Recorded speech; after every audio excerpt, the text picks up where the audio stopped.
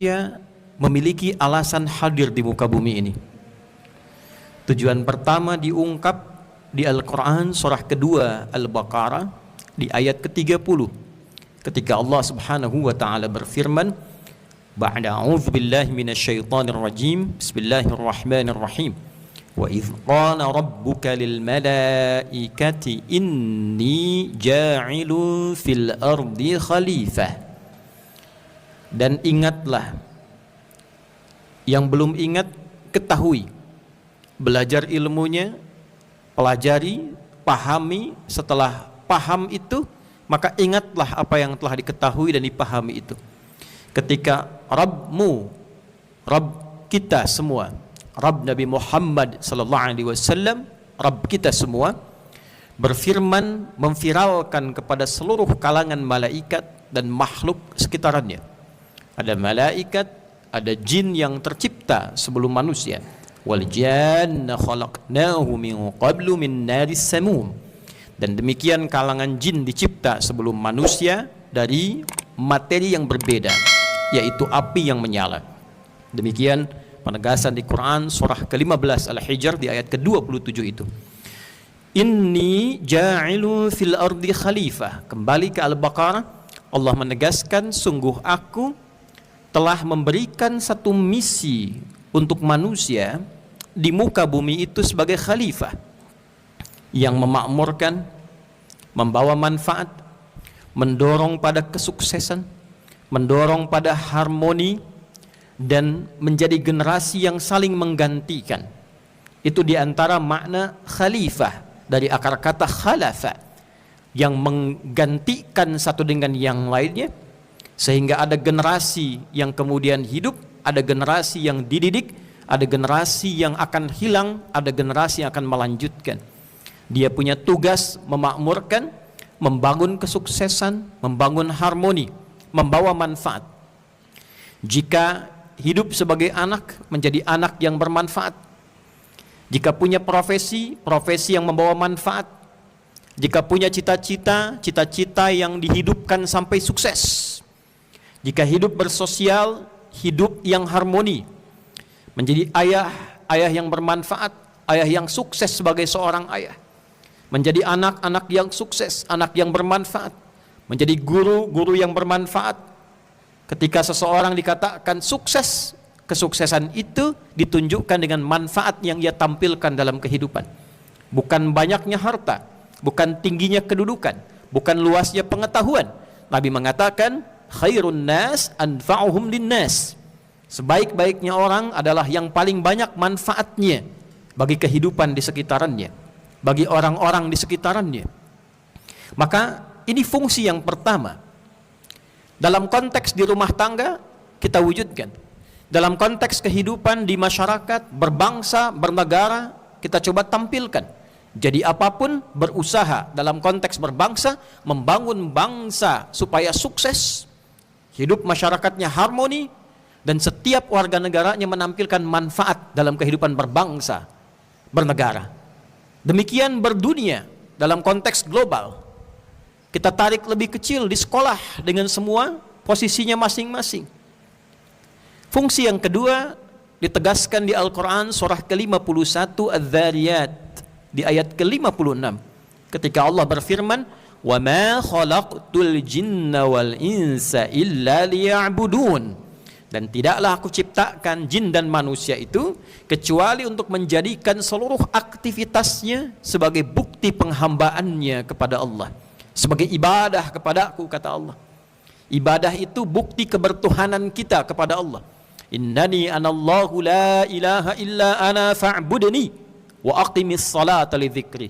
Akulah Allah, satu-satunya Tuhan yang layak dipertuhankan, maka buktikan kebertuhananmu kepadaku dengan menyembahku. Fa'budni, sembahlah aku. Demikian di Al-Quran surah ke-20 Taha di ayat ke-14 itu.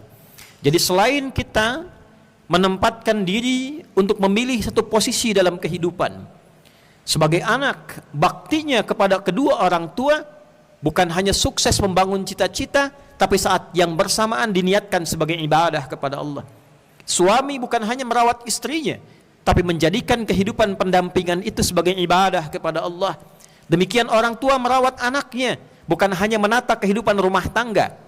Titik tertingginya adalah menjadikan kegiatan itu sebagai ibadah kepada Allah Subhanahu wa taala.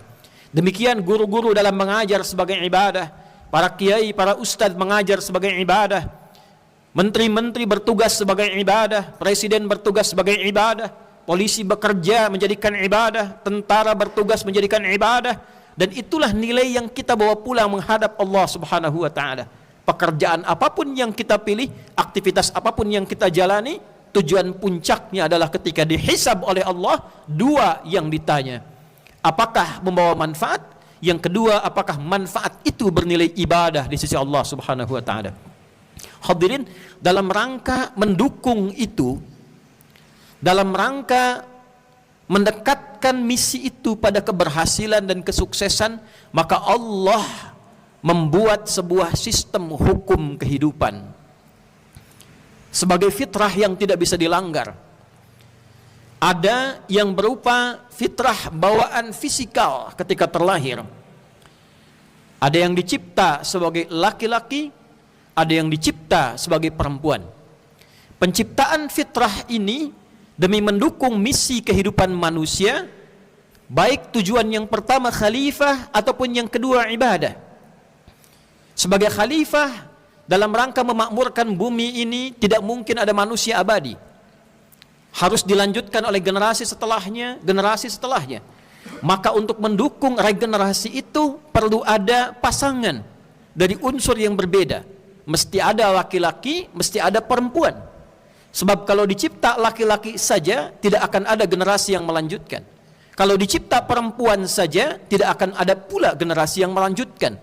Maka Allah berfirman, ya ayyuhan nasu, inna khalaqnakum min dzakarin wa untha wa ja'alnakum syu'uban wa qabaila lita'arafu inna akramakum 'indallahi atqakum.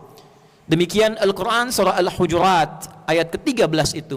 Hai semua manusia, dimanapun kau berada, apapun aktivitasmu, itu fungsi ya, nidaul qarib wal mutawassit wal ba'id, memanggil yang dekat, menengah ataupun jauh.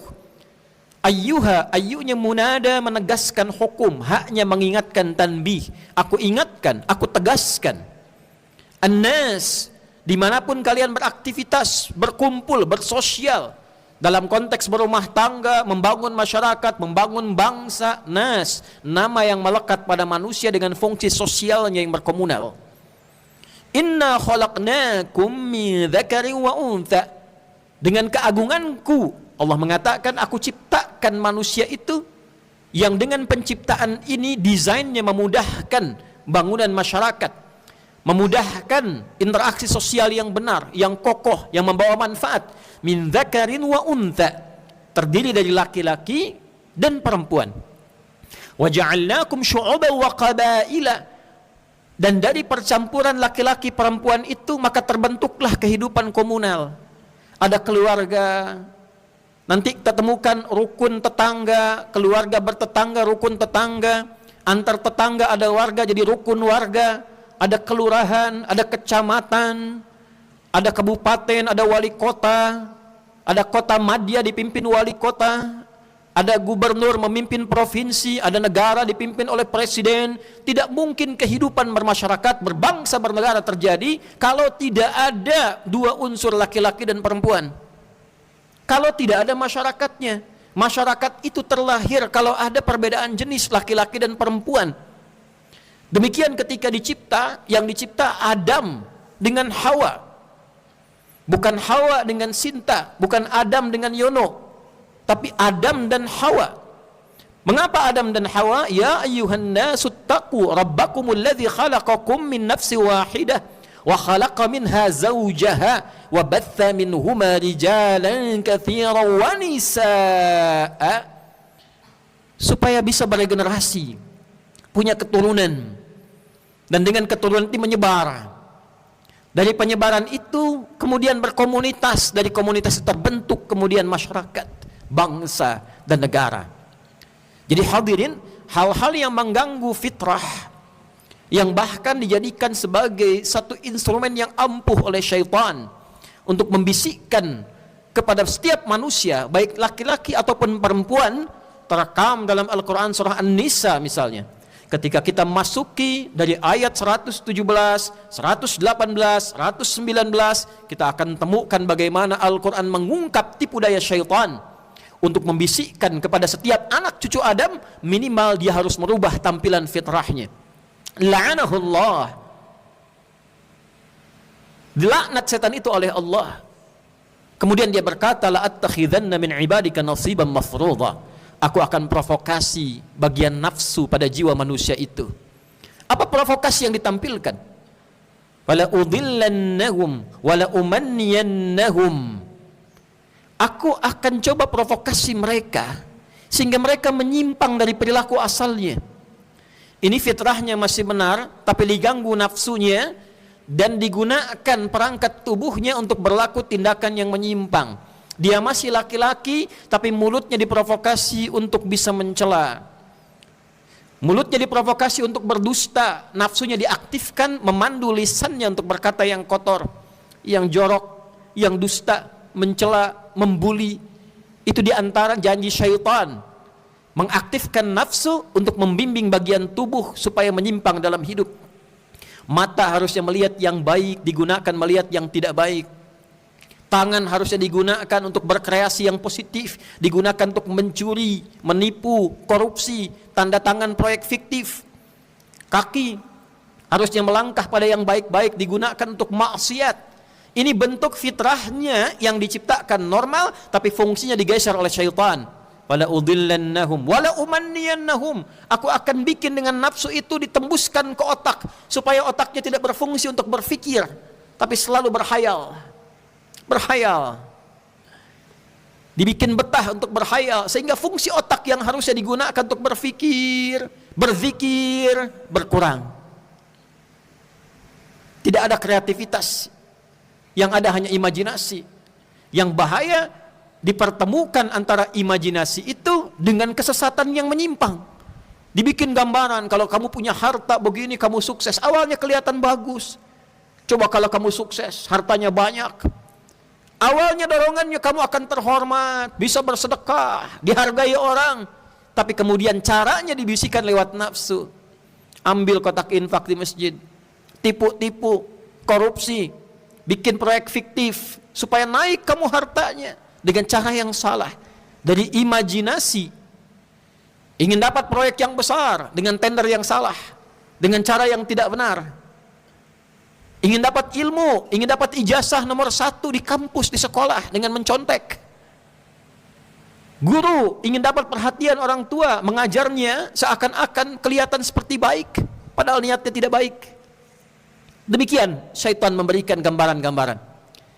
Dan di antara gambaran yang ditampilkan itu, fala yughayyirunna khalqallah, aku akan bisikkan kepada sebagian manusia itu di jiwa-jiwanya supaya dia bisa merubah tampilan fitrahnya. Itu puncak perubahan fitrah yang diprovokasi oleh syaitan. Dibisik-bisikin, sebenarnya kamu ini perempuan, cuma terjebak dalam tubuh laki-laki. Keluarkanlah aura keperempuanan itu. Maka muncullah kemudian laki-laki tipikalnya, perilakunya menyerupai perempuan. Demikian dibisikkan pada perempuan, kamu itu sebetulnya laki-laki, cuma jiwamu terperangkap dalam tubuh perempuan. Keluarkanlah aura laki-laki itu, sehingga seakan-akan kemudian ia tampil menjadi laki-laki, keluar dari fisiknya yang semestinya, keluar dari tampilan yang resminya, yang formalnya. Ini penyimpangan dari fitrah. Bukan entitas baru, bukan manusia jenis baru, karena manusia itu hanya 2, kalau bukan laki-laki, perempuan. Karena dicipta jenis ini untuk mendukung visi kemanusiaan. Jadi tidak mungkin ada negara yang stabil, kehidupan masyarakatnya harmoni, berjalan dengan benar kalau ada pelanggaran terhadap fitrah. Maka sejarah membuktikan ketika di zaman Nabi Lut alaihi salam terjadi provokasi ini, diadaptasikan dalam kehidupan masyarakat sosial, diterima oleh mereka, dipraktekkan dalam kehidupan secara sosial, secara kolektif, dinormalisasi penyimpangan ini. Ketika dinormalisasi, kacaulah kemudian kehidupan sosialnya. Regenerasi berhenti. Karena tidak terjadi hubungan-hubungan yang kemudian dengan hubungan itu menciptakan menciptakan generasi baru, anak keturunan yang baru. Diformalkan pernikahan, dinormalisasi kehidupannya, maka apa yang terjadi? Yang pertama, terhentilah kemudian potensi generasi-generasi berikutnya tumbuh. Yang kedua, terjadi kekacauan dalam konteks kehidupan sosial. Yang merasa perempuan padahal laki-laki, pergi ke toiletnya tidak ingin toilet laki-laki, inginnya ke toilet perempuan. Lalu merasa dia menjadi seorang perempuan padahal laki-laki, perginya ke bagian soft musola ibu-ibu. Dan seakan-akan dinormalisasi perbuatan demikian. Maka bisa dibayangkan apa yang terjadi. Yang ketiga, terjadi perubahan sifat dan karakter. Sifat ketika dipaksa fitrah ini berubah, maka sifatnya pun akan mengikuti paksaan itu. Dan seseorang yang mengalami paksaan akan meningkatkan bagian-bagian hormon dalam tubuhnya pada kondisi yang tidak normal, sehingga melahirkan karakter yang tidak normal pula. Cepat marah, posesif, tindakan kriminalnya meningkat. Nabi Lut ketika mengingatkan, itu langsung diancam. Ancamannya tingkat tinggi. Kalau kamu tidak mengikuti pola kami, kamu kami usir, kamu kami enyahkan, mengganggu kehidupan keluarga. Anda bayangkan, jika ada seorang ayah memilih perbuatan menyimpang ini, maka bukan hanya perilakunya menyimpang, tapi kehidupan rumah tangganya akan rusak. Anda bayangkan hubungan dengan istrinya, Anda bayangkan bagaimana hubungan dengan anaknya. Ketika seorang anak mengetahui bahwa ayahnya melakukan tindakan penyimpangan sosial, tindakan yang menyimpang, lalu masuk ke sekolah dibully oleh teman-temannya, viral beritanya, hancur kehidupan rumah tangganya. Apa dengan kondisi keluarga yang hancur ini diharapkan membangun bangsa, menjadikan generasi emas? Mustahil. Kita berharap generasi emas akan tercipta tahun sekian. Bagaimana generasi emas itu bisa muncul, sementara yang berhubungan itu semuanya tembaga, tidak ada campurannya? Maka hadirin, yang pertama, kita mesti menempatkan penyimpangan-penyimpangan dalam fitrah adalah sebuah pelanggaran, bukan satu keunikan, bukan satu kekhususan yang harus dinormalisasi atau harus didukung. Tidak ada kaitan dengan HAM, hak asasi manusia. Justru penyimpangan itu melanggar HAM. HAM seorang laki-laki diambil oleh orang menyimpang ini, dipaksa diambil, kemudian ditampilkan dengan tubuh laki-laki menjadi perempuan, itu pelanggaran HAM. Laki-laki yang mempraktekkan sifat perempuan, dia melanggar HAM perempuan. Karena mengambil hak asasi perempuan, dipaksa hadir dalam dirinya sebagai seorang lelaki. Itu pelanggaran HAM yang sangat nyata.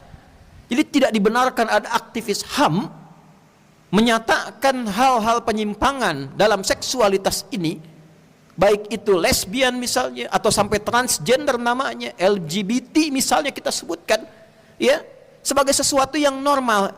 Ini pelanggar HAM dalam konteks hak asasi manusia, dalam membangun nilai-nilai kehidupan yang nyata. Oleh karena itu, bagaimana solusinya? Yang pertama, kita tempatkan penyimpangan ini sebagai sesuatu yang menyimpang, bukan sesuatu yang normal, penyakit yang harus kita bantu untuk diobati. Maka sebagai muslim, yang pertama, adab kita adalah berdoa, memohon kepada Allah Subhanahu wa ta'ala agar orang-orang yang terjangkiti demikian disembuhkan, diberikan kesempatan untuk dapat sembuh kembali, beraktivitas dengan baik, kembali kepada keluarga sebagai seorang anak, sebagai seorang suami, sebagai seorang istri, sebagai seorang ayah, berpikir bahwa ia tidak mungkin terlahir kalau tidak ada ayah dan ibunya. Yang kedua, tentunya kita dorong agar ada undang-undang yang jelas, yang mengatur, yang menertibkan perilaku-perilaku ini, supaya dalam konteks menertibkannya bisa dilakukan dengan cara yang benar, yang baik, menyadarkan dalam kehidupan berbangsa, bernegara, yang tentunya diridhai oleh Allah Subhanahu wa ta'ala. Dan yang ketiga, hadirin sekalian, sebagai muslim kita harus nantiasa mengingat, selain menjaga diri, bahwa tugas kita bukan hanya salat, tugas kita bukan hanya puasa, tugas kita bukan hanya baca Al-Quran, tapi menerjemahkan dan mengamalkan seluruh makna salat, puasa, dan bacaan Al-Quran itu dalam konteks berkehidupan kita yang lebih luas. Salat mencegah kita dari perbuatan keji dan mungkar. Maka praktekkan bahwa kita adalah orang yang salat. Jangan berbuat keji, fahsya, kata-kata kotor, zina, selingkuh, penyimpangan seksual, itu fahsya. Maka tidak ada orang salat yang berbuat demikian. Mungkar, itu perbuatan yang diingkari oleh hati, sumbernya nafsu perut dan akal. Menipu, merampok, menghilangkan nyawa orang lain, membegal, korupsi, itu perbuatan mungkar. Anak-anakku di sekolah mencontek, itu mungkar. Para guru menerima suap, sogokan, apapun bentuknya, itu perbuatan mungkar. Buktikan kita ini orang yang sholat terjauh dari perbuatan mungkar. Jika sholat saja kita terapkan dalam kehidupan, nilainya, value-nya, filosofinya, maka insya Allah kita menjadi manusia yang tertib, harmoni, dan terjaga dalam perbuatan-perbuatan yang tidak baik. Maka apalagi kalau bacaan Quran kita praktekkan. Yang berbisnis dengan nilai-nilai Qurani, yang menjabat jadi pejabat Qurani, yang mengajar pengajar Qurani, yang bertugas petugas Qurani, maka kita yakin peradaban akan terbangun dengan masa keemasan yang panjang, dan terjadilah baldatun thayyibatun wa rabbun ghafur. Baldatun thayyibatun wa rabbun ghafur.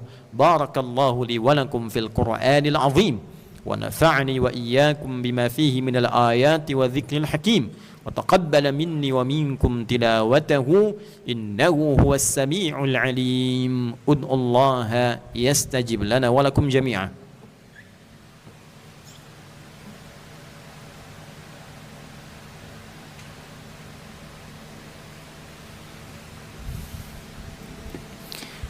الحمد لله نحمده تعالى اللهم أنت ربنا لا إله إلا أنت سبحانك إنا كنا من الظالمين نشهد أن لا إله إلا الله وحده لا شريك له ونشهد أن محمدا عبده ورسوله الذي لا نبي بعده أدى الأمانة ونصح الأمة وأخرجهم من الظلمات إلى النور بإذن الله اللهم فصل وسلم وبارك وكرم على هذا النبي العظيم الرسول الأمين نبينا وسيدنا محمد وعلى آله الطاهرين وصحبه أجمعين وذرياته وأمته إلى يوم الدين أما بعد فيا عباد الله أوصي نفسي وإياكم بتقوى الله فقد فاز المتقون فلا تموتن إلا وأنتم مسلمون فقال تعالى يا أيها الذين آمنوا اتقوا الله حق تقاته ولا تموتن إلا وأنتم مسلمون. Hadirin, mari kita berdoa semoga doa kita diterima, dikabulkan, dan membawa kemuliaan untuk kehidupan dunia akhirat kita. Qala ta'ala inna Allah wa malaikatahu yusalluna 'alan nabi ya ayyuhalladzina amanu sallu 'alaihi wa sallimu taslima. اللهم فصل وسلم وبارك على هذا النبي الكريم الرسول الأمين نبينا وسيدنا محمد وعلى آله وصحبه أجمعين. اللهم نحمدك حمدا شاكرين حمدا ناعمين حمدا يوافي نعمه ويكافئ مزيده. يا ربنا لك الحمد ولك الشكر كما ينبغي لجلال وجهك الكريم ولعظيم سلطانك. اللهم اغفر للمسلمين والمسلمات والمؤمنين والمؤمنات الأحياء منا والأموات إنك سميع قريب مجيب دعوات ويقاضي الحاجات. ربنا لا تدع لنا في مقامنا هذا في كل مقام ذنبا إلا غفرته ولا هما إلا فرجته ولا دينا إلا قضيته ولا مريضا إلا شفيته ولا حاجة من حوائج الدنيا والآخرة فيها لك رضا وفيها لنا الصلاح إلا قضيتها يا أرحم الراحمين. اللهم أصلح أحوالنا اللهم أصلح أحوالنا اللهم أصلح أحوالنا أحوال عائلتنا أحوال بلادنا أندونيسيا المحبوبة ما يقربنا إليك يا أرحم الراحمين. اللهم اهد رؤساءنا وأمراءنا ليخففوا حسابهم يوم القيامة يا أرحم الراحمين. اللهم بارك هذه المدرسة الأخيار ومعهدها ميرا والعاملين فيهما والمؤسسين لهما يا رب العالمين. ربنا آتنا في الدنيا حسنة وفي الآخرة حسنة وقنا عذاب النار. اللهم يا خير الناصرين، اللهم انصر إخوتنا في فلسطين وفي كل مكان المبتلين، واجعل أحياءهم مجاهدين في سبيلك وموتاهم شهداء، وألحقنا معهم في رحمتك يا أرحم الراحمين. وحرر المسجد الأقصى يا الله، وارزقنا النعمة لأداء الصلاة في مسجد الأقصى قبل وفاتنا يا رب العالمين. اللهم وصلى الله على سيدنا محمد وعلى آله وصحبه أجمعين، وآخر دعوانا سبحانك اللهم ربنا